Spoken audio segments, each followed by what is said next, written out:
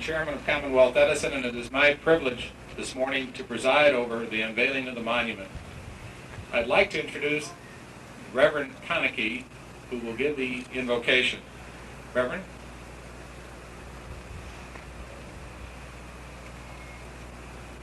Let us pray. We thank you, Lord God, Heavenly Father, for permitting us to come here on this day to rededicate this monument. A man who lived many years ago said that monuments are grappling irons that bind one generation to another. An old Latin quotation says, "Death comes to the monumental stones and the names inscribed there." Since this monument was near death, we thank you, Lord, for the group of concerned citizens who found the marker, those who relocated and restored the monument to its former glory, assisted by Commonwealth Edison, and most especially Ellen J. Benson, who spearheaded the restoration efforts. May the monument serve many years as a symbol of friendship between the citizens of Illinois and Indiana and the various governmental bodies. Lead us all to be patriotic and civic-minded citizens of America, and one day to be eternal citizens of heaven. In the name of the Father, and the Son, and the Holy Spirit. Amen. Thank you very much. That was Reverend Edward Konecki, who's the pastor of St. John's Lutheran Church in Whiting, Indiana. This really is a historic event, and it's no coincidence that it follows Memorial Day as we look back and remember so many things that pass through our minds. And one of the most important things that passes through our minds today is the history of the relationship between our two great states in Indiana and Illinois. And we think it's extremely important that we look back at the same time that we look forward and recognize just how important it is that we continue to have this strong bounding between our two states, and we recognize that people who represent so many various phases of life have been brought together in a combined effort between our company, the Eastside Chamber of Commerce, the Eastside Historical Society, and so many other elements that have made today possible. And in doing so, that we honor the memory of the individual who brought it all together. Today we have with us so many dignitaries, and I'm going to restrict mentioning them to the people who are on the platform with me today. I'd like to go across this entire room because I see a lot of people who should be acknowledged. So with your indulgence, however, I would like to just point out those who are with me at the platform today. Some of them you'll be hearing from in a little while. On my far left is Lester Dugas, who's our Division Vice President for our Chicago South Division. Lester Dugas. We're going to hear from Kevin Murphy, who's next to him. He's the president of the Eastside Historical Society, and he's going to give us the story of the monument. We have with us also State Senator Robert J. Potesta from the state of Indiana. And Senator Potesta. All right. The very distinguished Mayor of Hammond, Thomas McDermott. Mayor McDermott. And the equally distinguished Mayor of Whiting, Robert Bursick. Representing the 35th District for the state of Illinois is Sam Panianovich. And representing the 10th Ward, the Alderman of the 10th Ward, the Honorable Victor Verdoliak. On my far right, also from Commonwealth Edison, is our District Superintendent, Division Superintendent Joe Hoffman, who had an awful lot to do with putting this program together today. Joe? I don't know where Joe is. He's too shy and too modest to come up here, but Joe is, Joe, you were supposed to be up here, I thought. My apologies. We're going to hear from Gloria Tiller in a little while, and I think I've covered, have I missed anybody? I hope not. If not, we're going to have the posting of the colors, after which we'll sing both the national anthem and the state of Illinois songs. And with us today, I'm honored to turn the program over to Frank Stanley, who's the past president of the Eastside Chamber of Commerce and also past post commander of the Indiana Post of the American Legion, Mr. Stanley.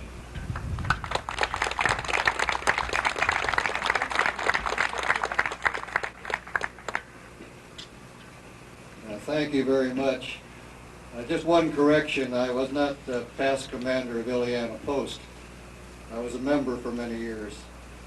But I'd like to take this opportunity to mention that you can never depend on the weather, but God was with us this morning. This is a beautiful day, and we certainly appreciate it.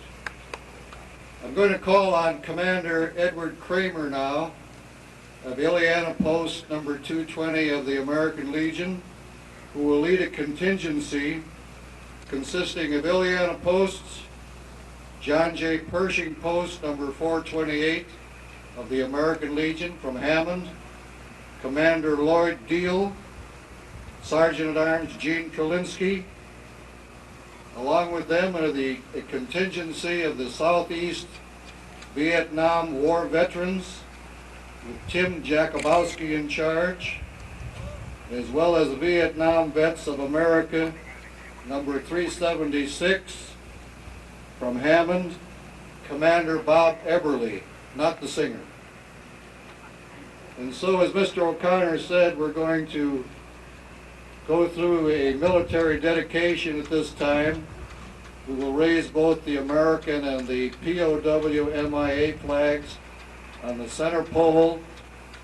On the right-hand side will be the Illinois flag, and on the left-hand side, the state of Indiana flag. We will sing the national anthem, and then we will sing the two state songs, followed by a military salute by the combined veterans organizations, and then the playing of taps. Commander Kramer, present your squad, please.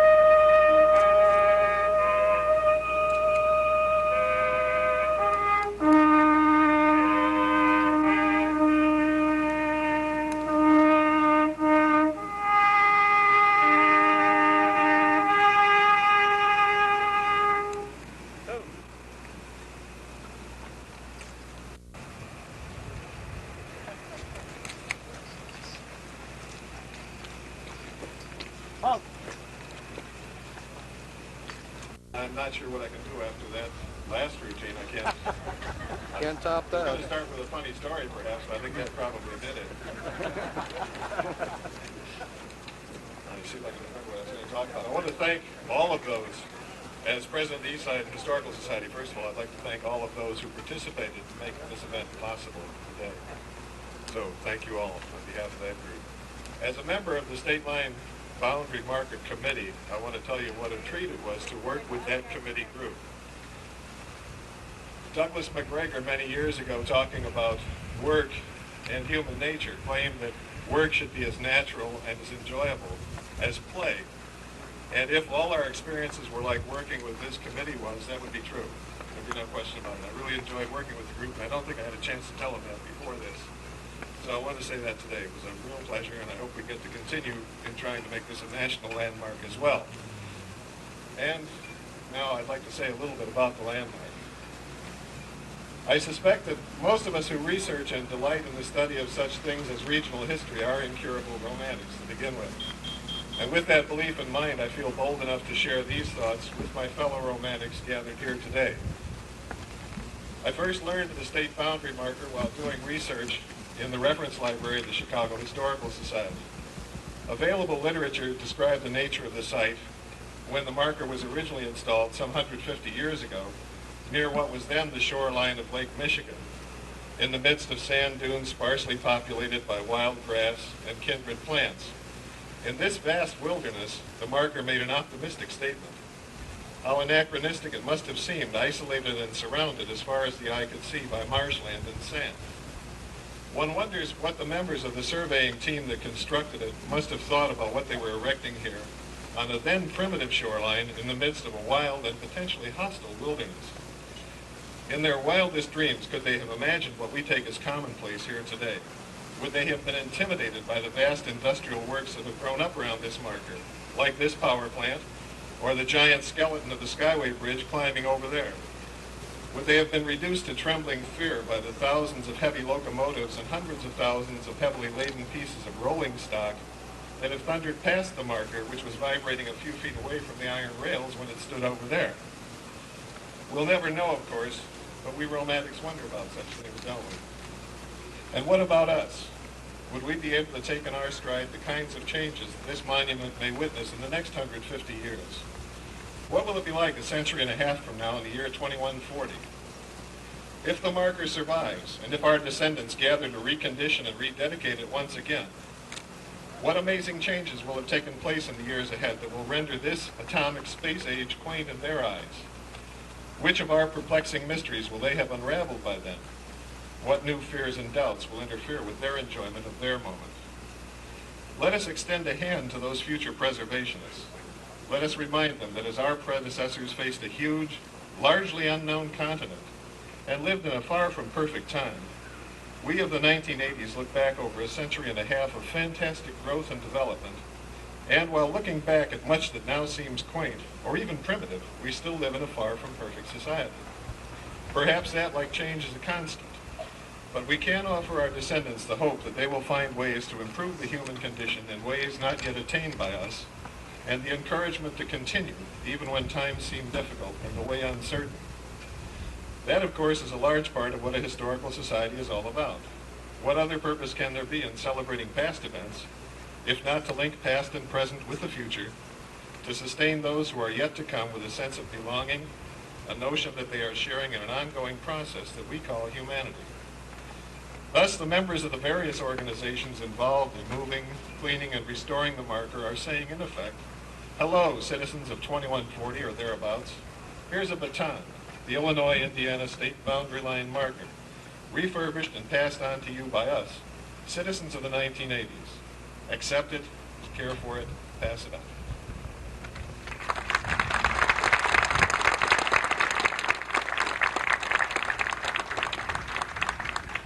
Kevin, thank you, and thank you for all that you've done for the Historical Society. Your works are legion, and they're well known to many of us for what you've done to represent this area. We thank you very much. As I indicated earlier, we have representatives of the state of Indiana, the state of Illinois, and I'd like to call on two of these gentlemen to give a few remarks, if they please would. First, representing the state of Indiana and the governor of Indiana, Senator Ralph J. Potesta. Senator?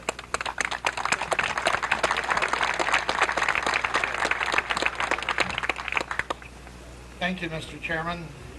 Dignitaries, ladies and gentlemen, Governor Robert Orr sends his regrets in not being able to be here with you and wishes to thank the Illinois-Indiana State Boundary Committee for the work that they have done in restoring this historic marker, and also to Commonwealth Edison for the aid, the assistance financially in bringing to you the Alan J. Benson Park. And of course, it is a privilege and honor for me to be here with you, as well as to representing our governor. The Super Collider and this project are examples of the spirit and sister state cooperation that exists between Illinois and Indiana. And we know that it will continue in years to come. Thank you. Jim O'Connor for Commonwealth Edison, and then at a future time or whenever possible, I'd like to present a state resolution also to Mrs. Benson. We passed this resolution about 4 weeks ago, and I'll read just parts of it because I know everybody the whereases, and you can hear a bunch of other whereases as we get going. Whereas the oldest monument in the city of Chicago area will be rededicated on May 31st, 1988, and whereas this monument has stood as a marker of the border between this state and the state of Indiana for over 150 years, the rededication was made possible by the efforts of various community groups, the Eastside Chamber of Commerce, the Eastside Historical Society, Whiting and Hammond Chamber of Commerce, and the Whiting and Hammond and Indiana Historical Society. Let it be resolved that we, the state of Illinois, we congratulate and commend the people and the organizations of the Eastside, Whiting and Hammond for their preservation and vision in preserving this bit of our heritage, and we earnestly hope that this monument shall stand as a monument to their efforts as a benefit relations between the state of Illinois and the state of Indiana. Governor Thompson, state of Illinois. Jim?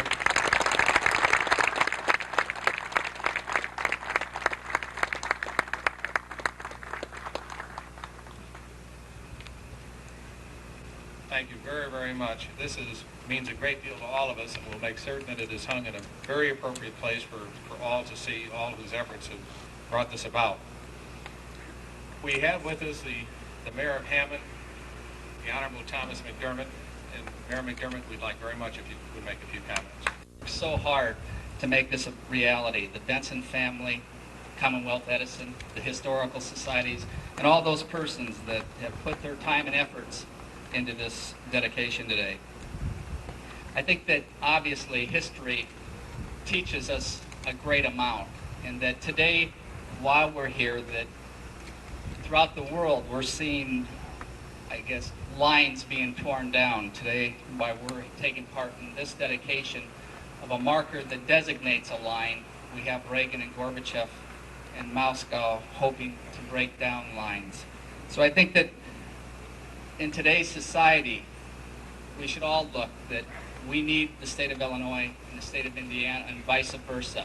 That the city of Chicago and the cities of Hammond and Whiting in this community are more dependent upon each other than probably ever before. I know that there's 3 or 4 issues that are great in everybody's minds right now that are, I think, that are the future of our economic vitality. One being the toll road, the Gary Airport, the Super Collider, and other situations that I think that are dependent upon the cooperation of both states and cities so as to make this area the area that it can possibly be. So today, I hope that through this rededication that we're marking the line, but at the same time, I hope we're tearing it down. So on behalf of my city, I won't go through the entire proclamation. I want to congratulate all those persons that have worked so hard in the first step of communications between these 2 great states.